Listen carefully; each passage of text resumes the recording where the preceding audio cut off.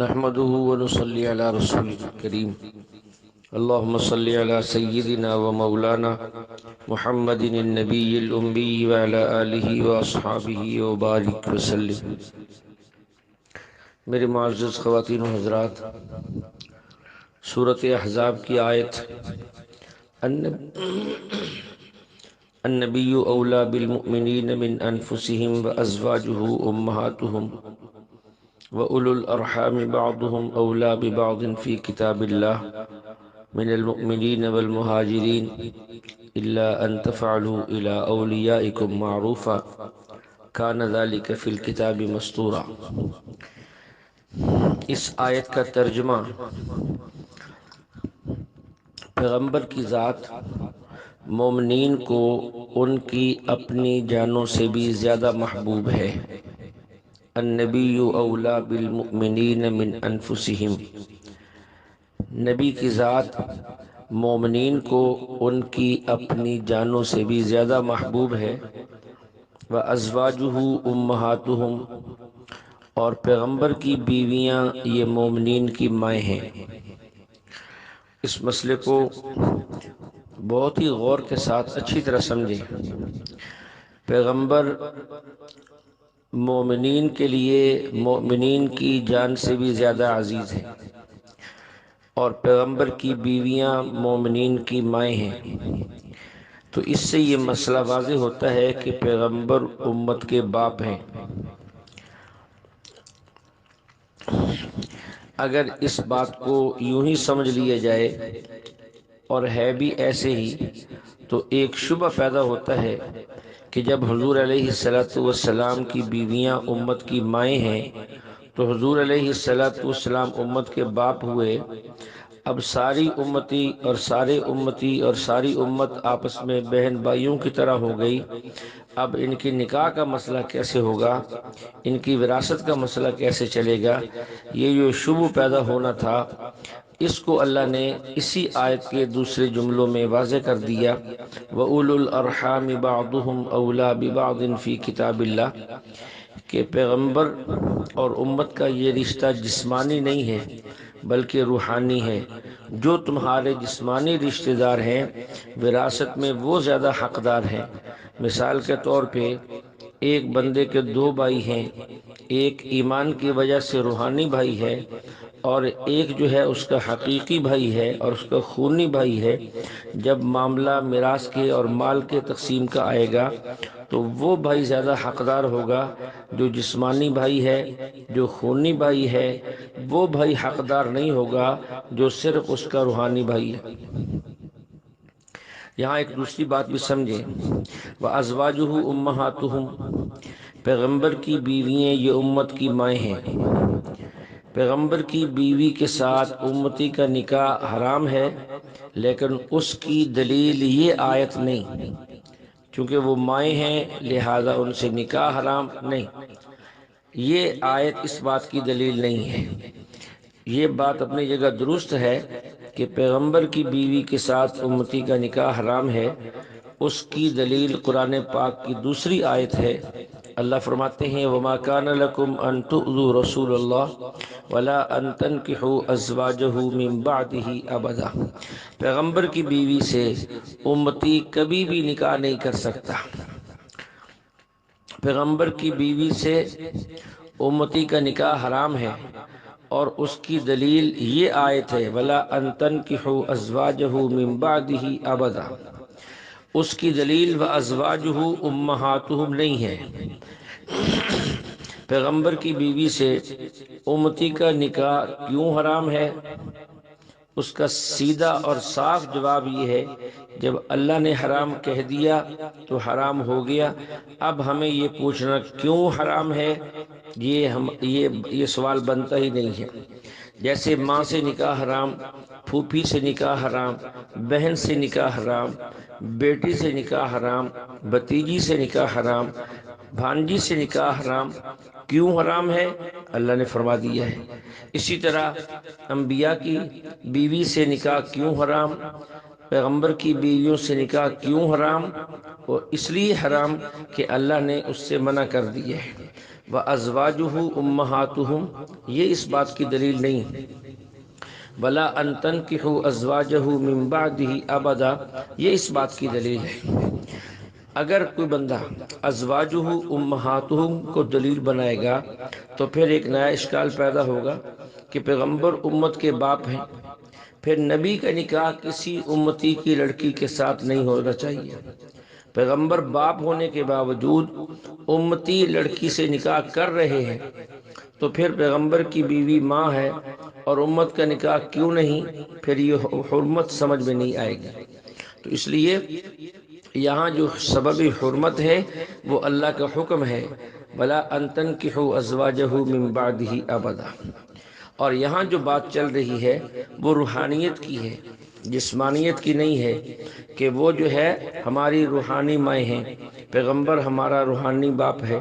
اس کو یوں سمجھیں کہ جیسے شاگرد استاد جو ہے وہ شاگرد کا روحانی باپ ہے، استاد کی بیوی شاگرد کی روحانی ماں ہے، کسی کے شیخ اور مرشد اور پیر وہ روحانی باپ ہے اور اس کی بیوی روحانی ماں ہے۔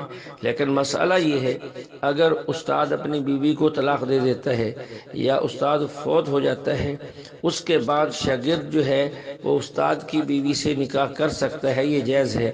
کوئی مرشد کوئی پیر اپنی بیوی کو طلاق دے دے یا وہ فوت ہو جائے تو مرید جو ہے اپنے مرشد کی بیوی سے نکاح کر سکتا ہے، یہ جائز ہے، کیونکہ یہاں تعلق روحانی ہے، یہاں تعلق جسمانی نہیں ہے۔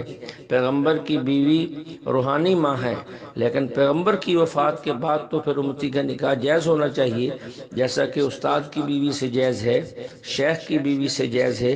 معلوم ہوا کہ اس کی وجہ اس کا روحانی ماں ہونا نہیں، بلکہ اس کے نکاح کے حرام ہونے کی جو وجہ ہے وہ اللہ کا یہ حکم ہے، بلا ان تنکحوا ازواجہ من بعدہ ابدا۔ اسی سورۃ احزاب کی ایک آیت، وَإِذْ أَخَذْنَا مِنَ النَّبِيِّينَ مِيثَاقَهُمْ وَمِنْكَ وَمِن نُوحٍ وَإِبْرَاهِيمَ وَمُوسَى وَعِيسَى ابْنِ مَرْيَمَ وَأَخَذْنَا مِنْهُمْ مِيثَاقًا غَلِيظًا۔ اکثر مفسرین کی رائے یہ ہے کہ یہ میثاق اور یہ وعدہ عالم ارواح میں لیا گیا تھا۔ اللہ تعالیٰ فرماتے ہیں کہ ہم نے تمام انبیاء سے یہ وعدہ لیا اور اے حضور آپ سے بھی عہد لیا کہ حضرت نوح، حضرت ابراہیم، حضرت موسیٰ، حضرت عیسیٰ علیہ السلام، اور ہم نے ان سے مضبوط عہد لیا کہ دنیا میں جاؤ گے، تبلیغ کرو گے، احکام کو پھیلاؤ گے۔ لِيَسْأَلَ الصَّادِقِينَ عَنْ صِدْقِهِمْ وَأَعَدَّ لِلْكَافِرِينَ عَذَابًا أَلِيمًا، تاکہ اللہ سچوں سے ان کی سچائی کے بارے میں پوچھے، اور ہم نے کافروں کے لیے سخت عذاب تیار کر لیا ہے۔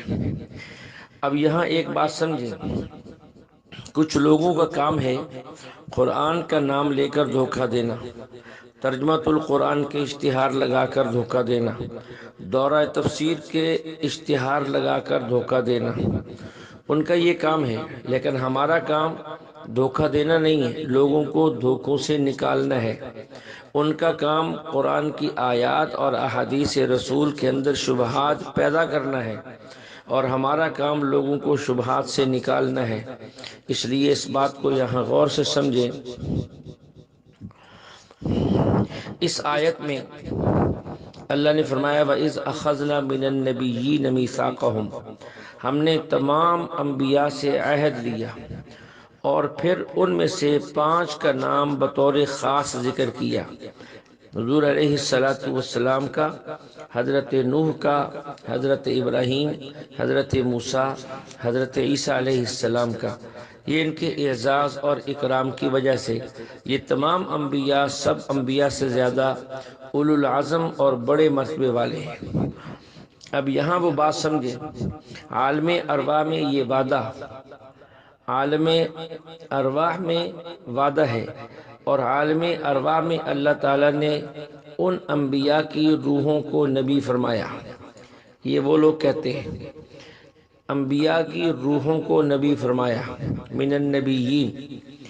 اب جو لوگ قبر کے اندر انبیاء علیہ السلام کی حیات کے منکر ہیں، ان کا دعویٰ یہ ہے کہ ہم انکار نہیں کرتے، ہم بھی کہتے ہیں نبی زندہ ہے، لیکن فرق یہ ہے کہ تم کہتے ہو نبی کا جسم زندہ ہے، ہم کہتے ہیں نبی کی روح زندہ ہے۔ وصف نبوت اور وصف رسالت یہ روح کی صفت ہے، یہ جسم کی صفت نہیں ہے، یہ ان کی دلیل ہے۔ اور اسی آیت کو پیش کرتے ہیں وَإِذْ أَخَذْنَا مِنَ النَّبِيِّينَ مِيثَاقَهُمْ کہ عالم ارواح تھا، وہاں جسم موجود نہیں تھے۔ اللہ تعالیٰ نے ان ارواح سے وعدہ لیا، ان ارواح انبیاء کو نبیین فرمایا، تو معلوم ہو گیا کہ نبی جو ہے وہ روح ہوتی ہے، نبی جسم نہیں ہوتا۔ جب وفات آتی ہے تو ہم نے وفات کے بعد روح کو زندہ مانا، تو ہم بھی وفات کے بعد نبی کو زندہ مانتے ہیں، لیکن اس قبر میں چونکہ جسم ہے، اس قبر میں روح نہیں ہے، روح اعلیٰ علیین میں ہے، لہذا نبی کو ہم زندہ مانتے ہیں اور وفات کے بعد زندہ مانتے ہیں، لیکن اعلیٰ علیین کے اندر مانتے ہیں، اس قبر میں نہیں مانتے۔ یہ ہے ان لوگوں کا جو منکرین حیات النبی ہیں، یہ ایک دلیل ہے۔ انہوں نے اس آیت سے اور اس لفظ سے یہ دلیل گھڑی ہے۔ اب یہ ان کا بہت بڑا دھوکہ ہے۔ انسان بات سنتے ہی پریشان ہو جاتا ہے کہ بڑی مضبوط بات کی ہے، بڑی مضبوط دلیل دی ہے کہ اس دلیل کو کوئی توڑ ہی نہیں سکتا، اور ادھر حدیث پاک سے ایک حدیث لے کر اسے بھی دلیل بناتے ہیں کہ اللہ کے نبی علیہ السلام نے فرمایا کنت نبی و آدم بین الماء والطین، یا جیسے بعض روایات میں ہے کنت نبی و آدم بین الماء والجسد، کہ حضرت آدم علیہ السلام کا جسم ابھی مٹی اور گارے کے درمیان تھا، تب بھی میں نبی تھا۔ اس وقت نبی علیہ السلام کا وجود نہیں تھا، جسم بنا ہی نہیں تھا۔ حضور علیہ السلام نبی کیسے تھے؟ معلوم ہوا کہ حضور علیہ السلام کی روح کو اللہ نے نبی فرمایا، تو یہ وصف نبوت روح کے لیے ہے، یہ وصف رسالت روح کے لیے بولا جاتا ہے، یہ وصف رسالت اور وصف نبوت جسم کے لیے نہیں بولا جاتا۔ اب ایک آیت پیش کر کے اس سے بھی شبہ پیدا کر دیا، ایک حدیث پیش کر کے اس سے بھی شبہ پیدا کر دیا کہ ایک عام آدمی جو ہے وہ اپنی عقل لڑاتا رہے اور اسی پر رہے کہ بڑی مضبوط دلیل دی ہے، بالکل یہ ٹھیک کہتے ہیں، حالانکہ یہ عقیدہ قرآن کے بھی خلاف ہے، یہ عقیدہ حدیث رسول کے بھی خلاف ہے، اجماع امت کے بھی خلاف ہے، عقل کے بھی خلاف ہے، نقل کے بھی خلاف ہے۔ اب اس بات کو ذرا اچھی طرح سمجھیں۔ ابھی جس آیت پر ہم گفتگو کر رہے تھے، ہم یہ کہتے ہیں کہ نبی روح اور جسم کے مجموعے کو کہتے ہیں، نہ صرف اکیلے روح کو نبی کہتے ہیں، نہ صرف اکیلے جسم کو نبی کہتے ہیں، نبی روح اور جسم کے مجموعے کا نام ہے۔ اس پر دلیل ابھی ہم نے النبی اولا بالمؤمنین من انفسہم، پیغمبر کی ذات مومنین کے لیے ان کی جان سے بھی زیادہ عزیز ہے۔ تو مومنین نے جس پیغمبر کی ذات کو اپنی جانوں سے زیادہ عزیز مانا، وہ پیغمبر پاک کا جسم بھی تھا اور روح بھی تھی، صرف روح نہیں تھی، جسم مار روح تھا۔ آگے اللہ فرماتے ہیں وَأَزْوَاجُهُ أُمَّهَاتُهُمْ، وَأَزْوَاجُهُ یہ ہو کی ضمیر النبی کی طرف ہے، یعنی اس نبی کی بیوییں امت کی مائیں ہیں۔ یہ جو بیوییں تھیں یہ صرف جسم کی تھیں یا صرف روح کی تھی؟ یہ جسم کی تھیں۔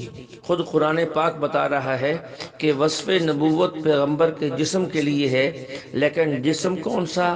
جس میں روح ہو، وہ جسم نہیں جس میں روح نہ ہو۔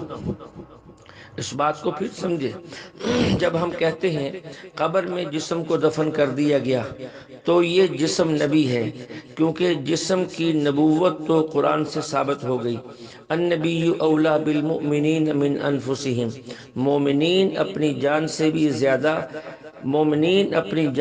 زیادہ عزیز رکھتے ہیں نبی کو، اور وہ نبی کی روح نہیں تھی، نہ ہی نبی کا اکیلا جسم تھا، جس کے لیے صحابہ نے جانیں دی، صحابہ کٹ گئے، صحابہ قربان ہو گئے، جن کو بچانے کے لیے حضرت طلحہ نے خود اپنے ہاتھوں پہ تیر برداشت کیے۔ وہ نبی کا جسم تھا، وہ نبی کا جسم تھا، وہ نبی کی روح نہیں تھی۔ جس کی بیویاں امت کی مائیں ہیں، وہ نبی جو ہے وہ جسم والا نبی ہے، تو یہ بیویاں جسم کی تھیں، یہ بیویاں روح کی نہیں تھیں۔ روح کی نہیں تھی۔ نبی جسم، نبی جو ہے وہ جسم کا نام ہے، لیکن جسم وہ جس کے ساتھ روح بھی ہے۔ تو اس سے یہ بات بڑی اچھی طرح واضح ہو گئی کہ وصف نبوت اور وصف رسالت یہ جسم کے لیے ہے، یہ روح کے لیے نہیں ہے۔ اس کو ایک دوسرے انداز سے سمجھیں۔ منکرین حیات الانبیاء کہتے ہیں کہ وفات کے بعد نبی زندہ ہے، تو سوال یہ ہے کہ وفات کس پر آئی ہے؟ وفات اور موت جسم پہ آئی ہے یا روح پر آئی ہے؟ یہ تو سارا ہی جہان مانتا ہے کہ روح نہیں مرتی، جسم مرتا ہے۔ تو وفات تب ہی مانی جائے گی جب نبی کے جسم کو نبی مانا جائے۔ اگر نبی کے جسم کو نبی نہیں مانتے تو نبی پر وفات آ ہی نہیں سکتی۔ اگر صرف روح نبی ہے تو اس پر وفات آ ہی نہیں سکتی۔ موت تو تب ہی ہوگی جب وصف نبوت آپ کے جسم کے لیے ثابت کریں۔ پھر اس کے بعد کہتے ہیں کہ نبی زندہ ہے، تو جب یہ بات ثابت ہو گئی کہ وصف نبوت اور وصف رسالت حضور علیہ السلام کے جسم کے لیے ہے، تو پھر زندہ کون ہوگا؟ جسم۔ اور جسم بھی کون سا؟ جس میں روح ہوگی۔ تو یہ ماننا پڑے گا کہ وفات کے بعد جسم زندہ ہے، اور وہ جسم زندہ ہے جس کے ساتھ روح کا تعلق موجود ہے۔ ایسا جسم نبی نہیں جس کے ساتھ روح کا تعلق ہی نہ ہو، بلکہ ایسا جسم نبی ہے جس کے ساتھ روح کا تعلق ہے۔ تو قرآن پاک سے یہ بات واضح ہو گئی کہ وصف نبوت پیغمبر کے جسم کے لیے ہے، وصف رسالت پیغمبر کے جسم کے لیے ہے، اور یہ بات بھی قرآن پاک سے ثابت ہے۔ ابھی چند آیات کے بعد اسی صورت کے اندر آ رہا ہے، اللہ فرماتے ما کان محمد ابا احد من رجالکم ولکن رسول اللہ وخاتم النبیین، کہ محمد علیہ السلام تم میں سے کسی بالغ مرد کے باپ نہیں ہیں، لیکن وہ اللہ کے رسول ہیں۔ اب سمجھیے، جو محمد صلی اللہ علیہ وسلم کسی بالغ مرد کے باپ نہیں ہیں، وہی محمد اللہ کے رسول ہیں۔ جس محمد سے بالغ مردوں کی نفی کی جا رہی ہے وہ محمد کی روح نہیں تھی، وہ محمد کا جسم تھا صلی اللہ علیہ وسلم۔ جس جسم سے بالغ مردوں کی نفی کی جا رہی ہے اسی جسم کے لیے اللہ رسالت ثابت کر رہے ہیں، ولیکن رسول اللہ۔ لیکن عربی زبان میں استدراک کے لیے آتا ہے۔ استدراک کا معنی ہے کلام سابق میں جو شبہ پیدا ہوا، لیکن کے بعد والا کلام اس شبہ کو دور کرتا ہے۔ ما کان محمد ابا احد من رجالکم، حضور علیہ السلام بالغ مردوں میں سے کسی کے باپ نہیں۔ اس میں شبہ یہ تھا کہ جب امت حضور علیہ السلام کی جسمانی ابوت سے محروم ہو گئی، جسمانی ابوت سے محروم ہو گئی، جسمانی شفقت سے محروم ہو گئی، تو کیا اللہ کے نبی کی روحانی ابوت اور روحانی شفقت سے بھی امت محروم ہوگی؟ اس شبہ کو جواب دیتے ہوئے اللہ فرماتے ولیکن رسول اللہ، امت اگرچہ اللہ کے نبی کی جسمانی ابوت سے محروم ہو گئی لیکن روحانی ابوت باقی ہے۔ جب روحانی ابوت باقی ہے تو روحانی شفقت بھی باقی ہے۔ فرمایا ولیکن رسول اللہ، اس لیے تمہیں یہ پریشان نہیں ہونا چاہیے، پریشانی لینے کی ضرورت نہیں ہے کہ ہم آپ کی شفقت سے محروم ہو گئے، نہیں، آپ کی شفقت موجود ہے۔ ولیکن رسول اللہ کہہ کر اس بات کو واضح کر دیا ہے۔ اگر حضور علیہ السلام کسی بالغ مرد کے باپ نہیں تو امت شفقت سے محروم ہو گئی؟ فرمایا کہ نہیں ہوئی۔ روحانی باپ اب بھی ہیں۔ اب بتاؤ کون روحانی باپ ہیں؟ حضرت محمد صلی اللہ علیہ وسلم، وہ جسم جس میں روح موجود ہے۔ تو قرآن کریم وصف نبوت جسم کے لیے ثابت مان رہا ہے اور وصف رسالت کو جسم کے لیے ثابت مان رہا ہے، صرف روح کے لیے ثابت نہیں مان رہا۔ اس لیے یہ دھوکہ ہے، اور دھوکہ دینے کے ان کے پاس بڑے انداز ہیں۔ جتنا کوئی غلط ترجمہ کر کے بتائے گا، غلط تفسیر بتائے گا، یہ لوگ اسے اتنا ہی بڑا شیخ التفسیر اور شیخ القرآن کہتے ہیں۔ بڑا شیخ القرآن ہے جی، بڑا قرآن بیان کرتے ہیں جی، ترجمہ پڑھاتے ہیں جی، تفسیر پڑھاتے ہیں، ان جیسی کو پڑھا ہی نہیں سکتا۔ عجیب بات ہے بھائی، جو غلط قرآن پڑھتا ہے وہ شیخ القرآن کیسے ہو گیا؟ جو غلط تفسیر کرتا ہے وہ شیخ القرآن کیسے ہو گیا؟ آپ سن کے دیکھ لیں، یہ تو قرآن پاک کے الفاظ کو صحیح ادا نہیں کر سکتے، علم تجوید سے ناواقف ہیں، حروف کی تصحیح سے ناواقف ہیں، شیخ القرآن کیسے ہو گئے؟ یہ باطل کی محنت ہے کہ وہ اپنے ایسے لوگوں کو جو قرآن کا ترجمہ بھی غلط کریں، اس کی تفسیر بھی غلط کریں، اکابر کے خلاف کریں، اکابر دیوبند کے خلاف تفسیر کریں، اور جو ہے اجماع امت کے خلاف مسائل بیان کریں، قرآن کے خلاف مسائل بیان کریں، حدیث رسول کے خلاف مسائل بیان کریں، اس کو اتنا بڑھا دو کہ لوگ دھوکہ کھا جائیں کہ بہت بڑا شیخ القرآن ہے، بہت بڑا شیخ التفسیر ہے جی، وہاں 400 طالب علم ہوتے ہیں، 500 ہوتے ہیں، وہاں 1000 طالب علم ہوتے ہیں جی، لوگ بہت فائدہ اٹھاتے ہیں، بڑا قرآن بیان کرتے ہیں، یہ باطل کا طریقہ ہے۔ لیکن ہم اپنا حال بھی دیکھ لیں، جو ہمیں صحیح پڑھاتا ہے، صحیح بات بتاتا ہے، تو آپ کبھی جا کر اتنی بات تو کہو گے جی ہم درس میں گئے تھے، تفسیر سننے کا بڑا مزہ آیا، آج بڑے اشکال دور ہو گئے، لیکن کبھی آپ یہ نہیں کہو گے کہ جی قرآن کی خدمت ہو رہی ہے، کمال کا دورہ تفسیر ہوتا ہے، پڑھانے والے بہت بڑے شیخ ہیں، آپ کی زبان سے یہ بات نہیں نکلے گی، اس لیے کہ انہوں نے پروپیگنڈا ہی ایسا کیا ہے کہ آپ بھی یہ کہیں گے کہ وہاں بڑی خدمت ہوتی ہے۔ بہرحال طالب علم تو وہاں بہت آتے ہیں، اور بھئی طالب علم وہاں بھیڑ ہے، اس بھیڑ کو کیا کرنا ہے؟ اس لیے عقل کے ناخنوں سے کام لو، قرآن پاک کو ان سے سمجھو جنہیں خود سمجھے ہیں، جو اکابر کی تشریح کو بیان کرتے ہیں، اکابر کے مسلک کو بیان کرتے ہیں، اجماع امت کے مطابق مسائل بتاتے ہیں، قرآن کی تشریحات کے مطابق مسائل بتاتے ہیں، فرمان رسول کے مطابق مسائل بتاتے ہیں، ان کے درس میں شریک ہو، ان سے قرآن سمجھو، ان سے جو ہے احادیث سمجھو، ان سے عقائد سمجھو، انہی سے مسائل سمجھو۔ عجیب بات ہے، مسئلہ وہی ہے کہ شر جلدی پھیلتا ہے، خیر دیر سے پھیلتی ہے، یہ عجیب مزاج ہے کہ ان مجالس کا ہم بھی اپنی مجلسوں میں ذکر کرتے ہیں جہاں یہ ساری چیزیں خلاف عقل اور خلاف نقل بیان ہوتی ہیں، اور جہاں صحیح بیان ہوتی ہیں اس کا ذکر ہم بھی نہیں کرتے، ہماری زبانیں بھی وہاں خاموش ہوتی ہیں۔ تو اس لیے جس طرح ہم نے صحیح مجالس کو تلاش کرنا ہے، صحیح مفسر قرآن کو تلاش کرنا ہے، صحیح عقائد سیکھنے ہیں، اسی طرح صحیح بات کو پھیلانا یہ بھی ہمارے ذمے ہے، غلط بات کو مٹانا بھی ہمارے ذمے ہے۔ اللہ جل شانہ سے دعا ہے اللہ ہمیں کلام مقدس کو سمجھنے کی اور تمام اہل باطل کے شرور و فساد سے اور ان کے دھوکوں سے، وہ جس انداز سے دھوکہ دیتے ہیں اس سے اللہ ہمیں بچنے کی توفیق عطا فرمائے۔ وآخر دعوانا ان الحمد للہ رب العالمین۔